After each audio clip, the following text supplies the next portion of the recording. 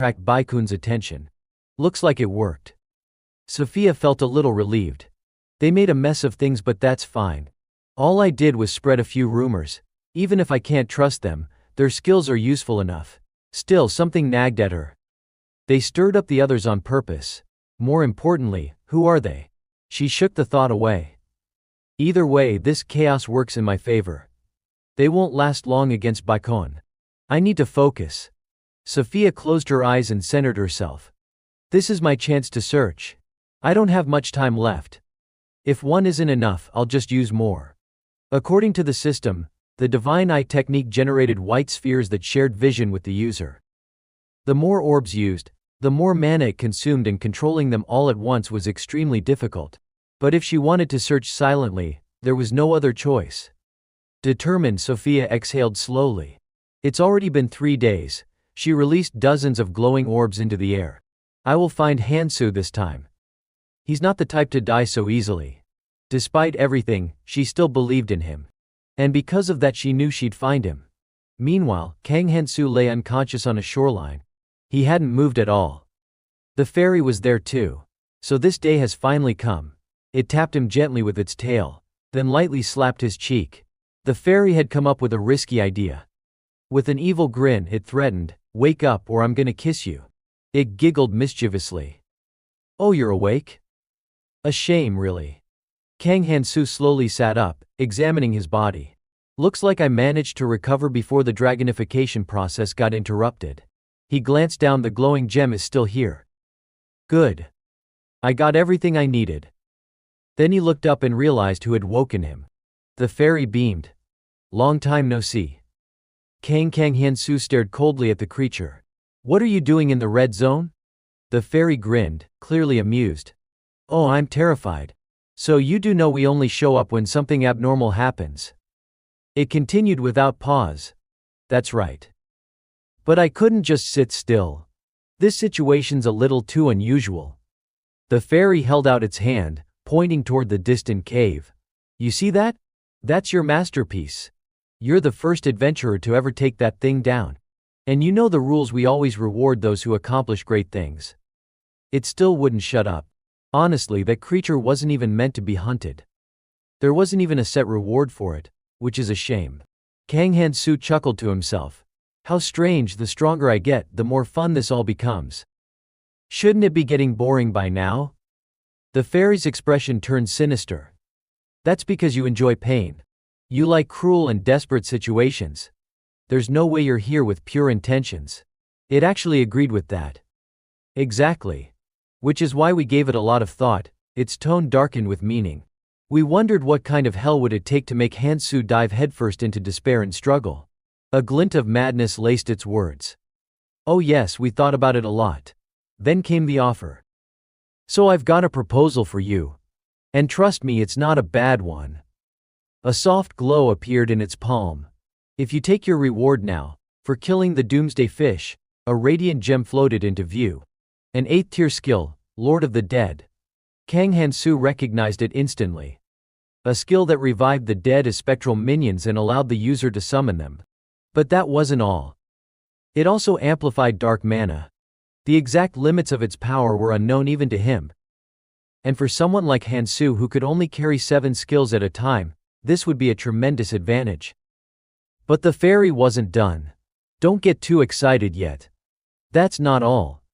There's a catch tied to the remaining calamities." Hansu narrowed his eyes. The skill fragments, he already had an idea of what was coming. He cut it off immediately. "No, that's enough. I'm not interested." The fairy blinked. "Huh? I haven't even explained the rest yet." Hansu was unmoved. "I don't need to hear it. I'm choosing the second option." The fairy gave a mischievous nod. "Unlike the first choice, this one means you'll have to eliminate all remaining calamities to receive your reward. If even one survives, you get nothing." It tilted its head. "You still want to pick that one?" Hansu didn't hesitate. "I'm fine with that." "Very well then. Until next time." The fairy floated off, heading toward a nearby river. It cupped its cheeks and sighed with delight. He accepted, without even waiting for the full explanation. He never disappoints. If he had picked the easy reward, I'd have been so let down. Just locating all the calamities in the red zone is nearly impossible. I hope he suffers for a long, long time. Back in that dark, eerie cave again. The towering tree loomed, its grotesque, demonic face twisted in silence. A deep, resonant voice echoed from within, the voice of the doomsday fish, though Hansu could no longer understand it. Its current state seemed utterly deranged.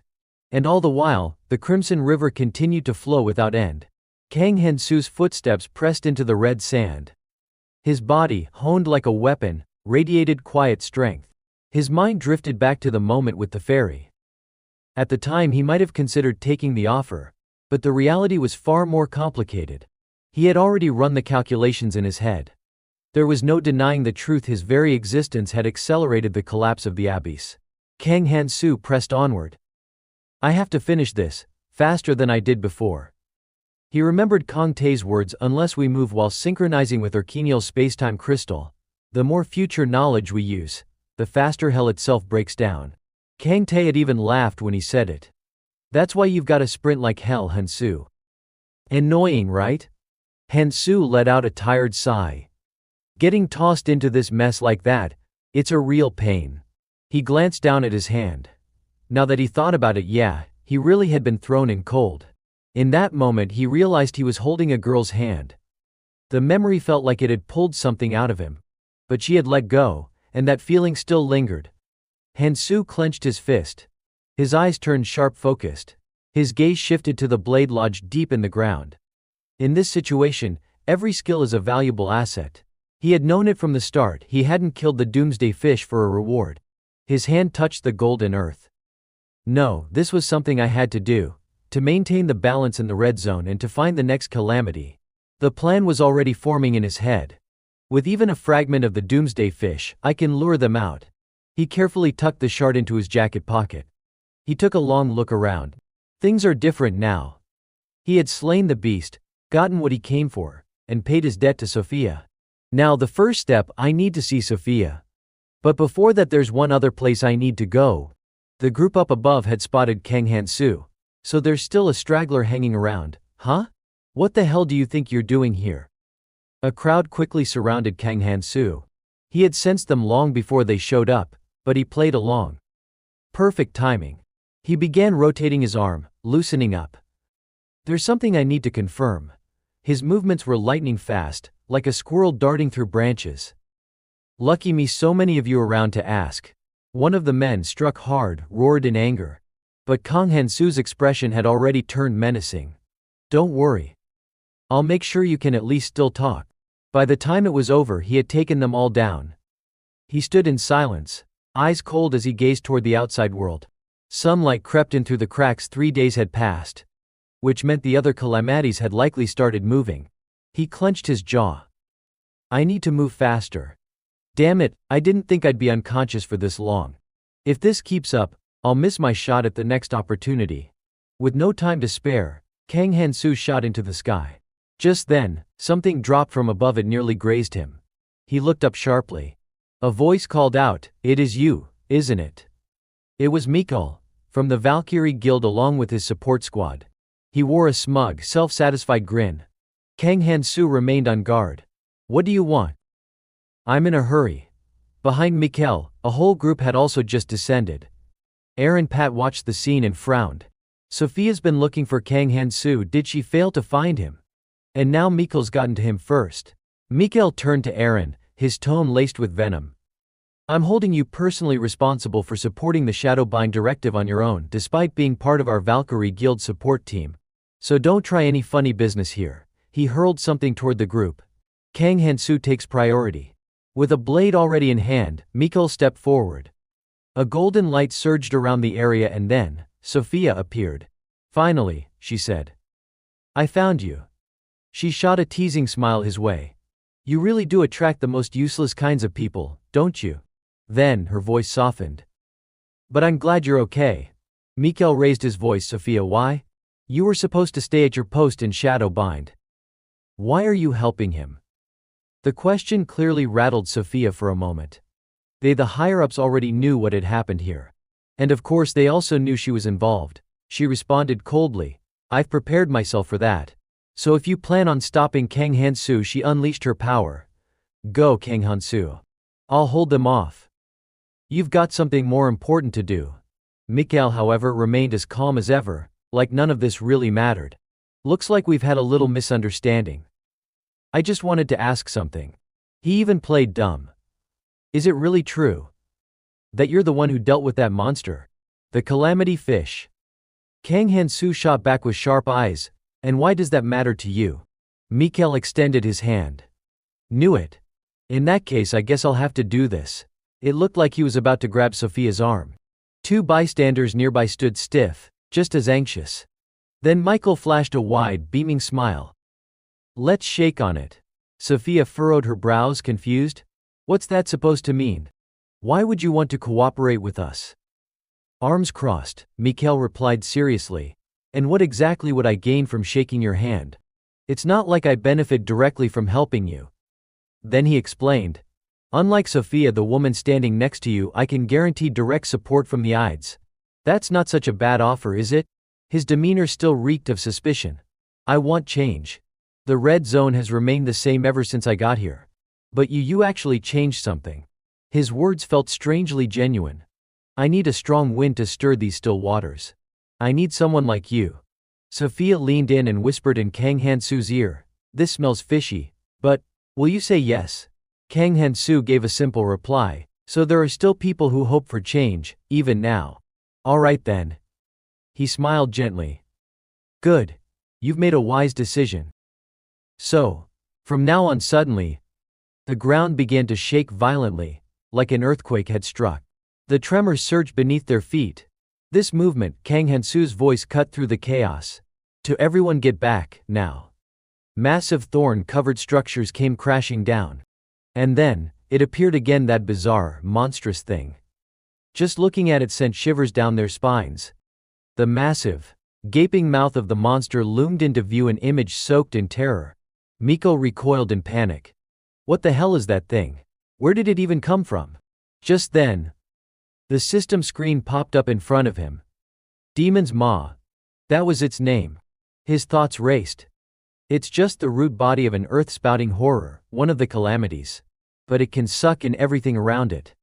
Its body is insanely durable, ordinary attacks won't even scratch it. And worse, there's more than one of them showing up at the same time. The monsters were growing more feral by the second, rising in clusters. The people nearby began to scream in horror, run. Run now. But one unlucky man didn't make it. He got snatched up and bitten by the creature in one brutal gulp. Mikkel's eyes widened in disbelief. Normally, these monsters don't reach the root system near the surface. So why the hell is it up here now? To his shock, the man who was just bitten was still alive, barely. His arm, drained of all vitality, trembled violently as he reached out in desperation. Commander, please, help me. Mikhail could only stare, paralyzed. Half the man's body had been swallowed by the demon's maw. The rest of him, what remained, was still twitching uncontrollably. Then Mikhail snapped out of it and bolted. Shit. If we stay here, we're all dead. We have to run. But just then, Kang Hansu appeared out of nowhere and grabbed Mikhail by the arm. You said you wanted to help me, right? He said coolly. Then come with me. Mikhail, still shaken, barked back. Where the hell do you think you're going in this situation? This isn't the time to be screwing around. Kang Hansu just gave a small smile. Relax. We're not going far. Without another word, he pulled out a sword, its blade glowing with green magical energy, and hurled it forward. Then, turning his head, he said calmly, here. We're going in. Mikhail froze, unable to believe what he was seeing. What? There's no way that thing got cut that easily. And what do you mean, go in? Before he could finish his sentence, a green thread of light from the sword wrapped itself around his arm. Mikhail gasped and let out a panicked yell as the energy pulled him forward.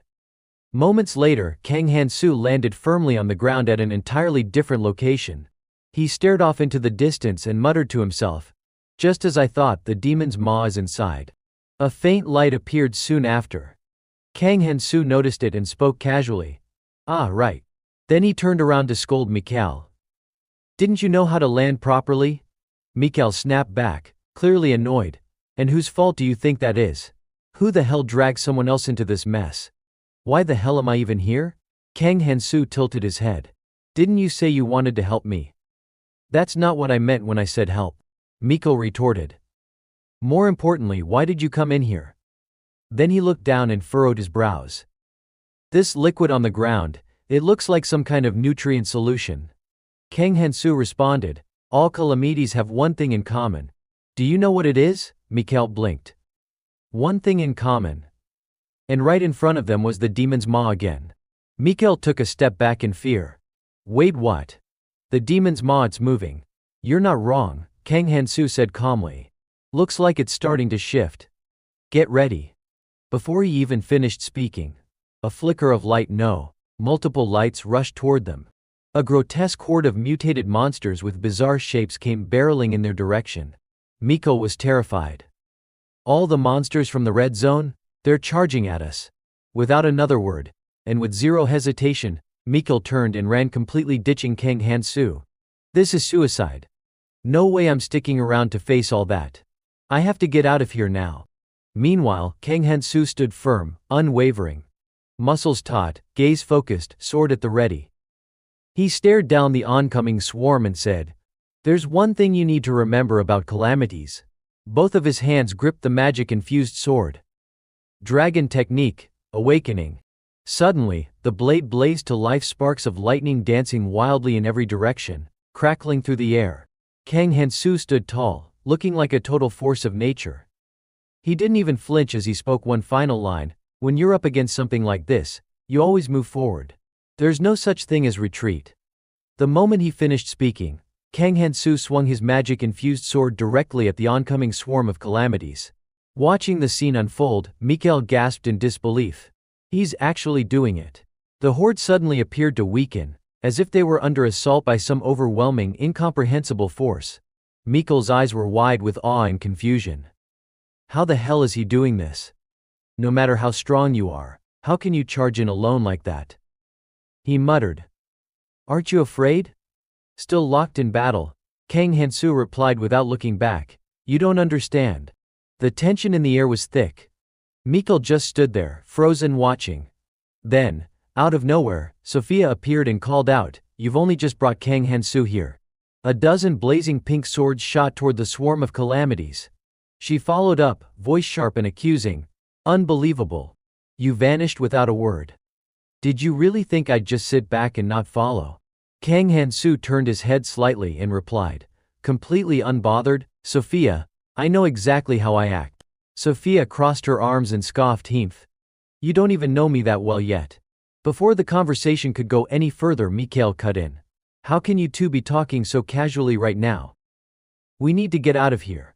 Sophia tilted her head and looked at him, then calmly replied, I came here to fight beside Kang Hansu. She paused a moment, then added, If you're scared, then go. Run. Mikkel's expression darkened, he looked almost insulted. Crazy. They're all insane. This place keeps spawning monsters straight out of the red zone. There's no way just two people can handle this. As another wave of monsters surged toward them, a calm, commanding voice rang out, They're coming. Get ready. Suddenly Sophia felt a fierce gust of wind at her back. She instinctively dodged to the side and thought, that wind, the powerful gust surged past her and struck the enemy force head-on. A sacred relic windburst. Mikkel now held his sword, eyes sharp, voice steady. No matter how stupid this is, I said I'd help you. So I'll stay and fight. A sly smirk formed on his face as he turned to Sophia. Sophia Varaj. Now I'll finally get to witness the true power of the 7 soul rings. Then, as he glanced at Kang Hansu's broad, muscular back, he added, Most of all, I want to see his real strength. He changed the red zone. So I expect even greater changes from him in the future. Sophia, hearing that, whispered to herself, That's right. Even from just a short conversation you can feel it. Hansu has that kind of strength. The kind of strength that changes people, and leads them forward. Kang Hansu continued battling with his magical sword, and now Sophia and Mikkel had joined the fight as well. Together, the three of them pushed back against the relentless swarm of calamities. The atmosphere was growing heavier by the second. All three of them, Hansu, Sophia, and Mikkel, continued fighting relentlessly against the horde of calamities. Mikkel's expression tightened as he swung his sword, releasing a wave of bluish magic that pulsed through the air around him. We're still holding them off. But they're starting to push us back. Are we really just going to keep defending? He asked, tense. Kang Han-soo, still composed amidst the chaos, replied. The number of monsters has dropped significantly. That means the first wave is almost over. He then glanced toward Sophia and added. After that, Sophia, you saw it too, didn't you? Sophia's demeanor instantly shifted to seriousness. Yes. Ever since we arrived, I've been tracking it using my library skill. As she spoke, a new magical artifact materialized in her hand. It looked rare, powerful. She continued, I have a rough idea of its location. I just need to pinpoint it. That artifact was the Divine Eye. As soon as the words left her mouth, a zigzag beam of light shot from the artifact and pierced through the mouth of one unfortunate monster. Sophia fell deep into thought. If the next calamity resembles a root spitter in structure, then attacking it from the outside is pointless.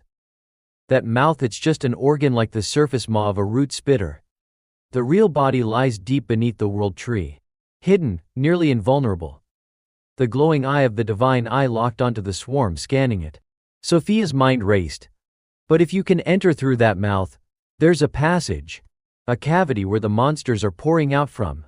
Then, as if a realization hit her, both her eyes and the Divine Eye suddenly lit up. That's it. The spot where the monsters spawn, it's the only weak point. The junction between this thing's body and its inner core. The Divine Eye began to fly forward, scouting ahead.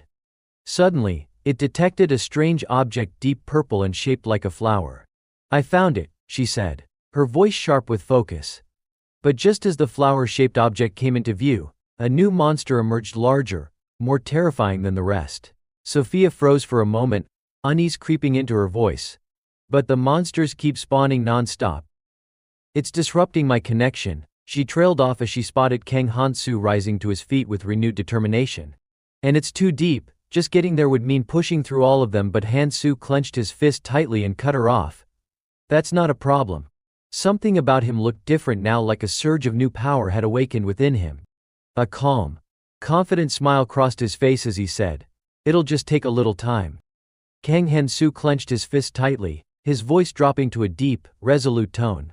It's not a problem. As the words left his mouth, his body was suddenly engulfed in steel armor, transforming him into a fearsome warrior clad head to toe in iron. His face turned sharp and cold, his eyes fierce and unrelenting as he glared at the enemy. A golden current of energy surged around him like lightning racing along his body. His fist remained clenched as he added, This won't take long. Then, his gaze sharpened further, so razor sharp it felt like it could kill anyone who dared meet it. The transformation stunned both Sophia and Mikhail. Neither of them moved, too taken aback to step forward. Han-soo slowly closed his eyes, as if attuning himself to the very air around him. Sophia's eyes widened in shock as she watched him. His chi form, it's even stronger now. Mikhail was just as stunned. A look of disbelief crossed his face as he murmured, He has chi manipulation, and it can even transform his body. Who is this guy? Hearing that, Sophia quickly responded, His chi form won't last forever. We need to finish this fast. Then, without warning, she stepped forward and raised her voice, No matter how strong you are, you can't take them all on by yourself. She stood firmly in front of Han-soo, her expression determined. I'll clear the path for you. Han-soo's surprise was visible for a brief second. But he didn't object. He didn't nod. Didn't protest, he just stood there silently, eyes fixed on her. Then Mikhail let out a faint chuckle and glanced at Sophia. Han-soo turned to him too, his face emotionless. I've already sent a request for support to the surface guilds, Mikhail said calmly. I don't know when or if they'll get here in time. Sophia looked at him but didn't respond. Mikhail continued. I can't just stand back and watch the two of you fight. Even if I don't know whether we'll make it through this. A horde of monsters suddenly let out a savage roar, baring their teeth and charging forward. But none of the three flinched. They stood their ground. Han-soo remained still, eyes shut, like a statue listening to the world. This feeling, he thought. In his mind, a vivid image flashed, his comrades, transforming just like he was now. How nostalgic, he thought. A faint smile crept onto his face, cold and grim. His eyes opened, glowing with intensity. Wait. The muscles in his shoulders tensed, veins rising beneath his skin as he added. I'm going to use the power I just received. With a surge of energy, Hansu conjured an orb of ice in his hands. He hurled it with all his strength toward the roaring monsters ahead. As the icy projectile flew, a strange blue light shimmered across the monsters' bodies from head to toe, reacting violently to the magic.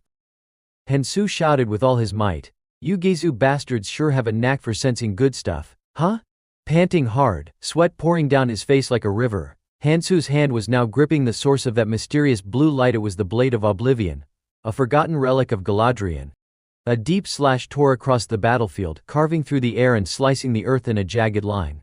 The leading monsters fell in an instant, split clean in half like marionettes with their strings cut. Mikhail and Sophia cried out in unison, "One slash, and it's that powerful. That's not Gesu's weapon anymore."